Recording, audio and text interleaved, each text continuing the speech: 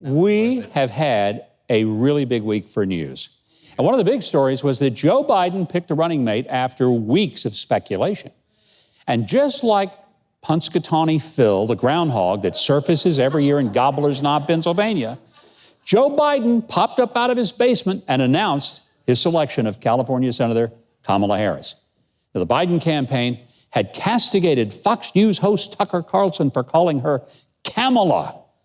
But then on the actual announcement day, Joe Biden actually called her both Kamala and Kamala in the same sentence. Go figure. So, look, she brings some charisma to the campaign without a doubt, but she was named the most liberal senator in the entire U.S. Senate in 2019, more liberal than Bernie Sanders and Elizabeth Warren. And that's saying something. She's in the past called Joe Biden a racist and said she believed the women who said that Joe sexually harassed them.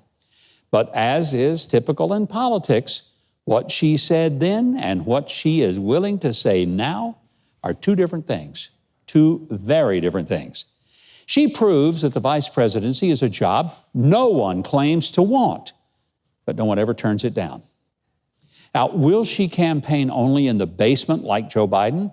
Or will she actually become the public face of the campaign and let Joe give tightly scripted, occasional comments with no spontaneous questions from the media? Another story. While Nancy Pelosi and the House Democrats have broken off discussions to deal with the coronavirus economic impact, to folks like you, President Trump announced a huge Middle East breakthrough with the United Arab Emirates to establish full diplomatic relations. This is huge. And tonight in the show, we're going to be talking with U.S. Ambassador to Israel, David Friedman. But suffice it to say, this is a historic breakthrough for peace in the Middle East, and it's a major blow to Iran, who increasingly is isolating itself from being part of the world neighborhood. It's frankly being relegated to the status of the hateful, cranky neighbor who puts razor blades in apples to give to trick-or-treaters on Halloween. That's Iran.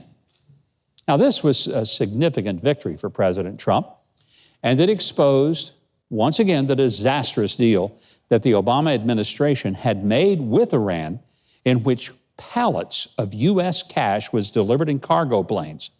The first $400 million literally delivered on pallets, and a total of $1.7 billion paid in all.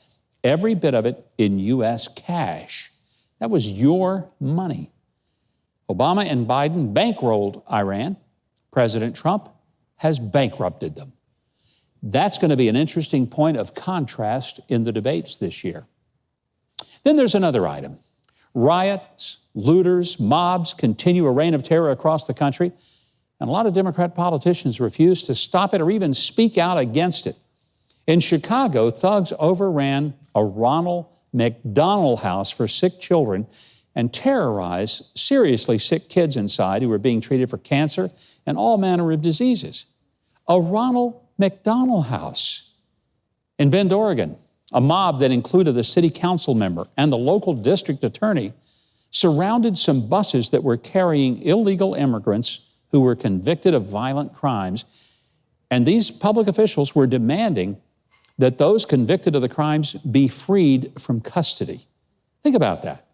The standoff itself lasted for over 12 hours. The local prosecutor actually took the side of the illegal aliens, two of which had been convicted, not just charged, convicted with domestic violence. So elected officials there stood for domestic violence and wife-beating by illegals instead of standing with the law enforcement officials and the victims of the crimes. Let that sink in.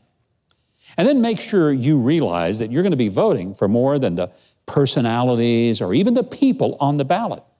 You're going to be taking a side on issues like whether we should stand with Iran or Israel, whether we should uphold the law and punish criminals or punish the citizens by defunding police departments and looking the other way at mob violence, looting, riots, and destruction of public property and the theft of private property.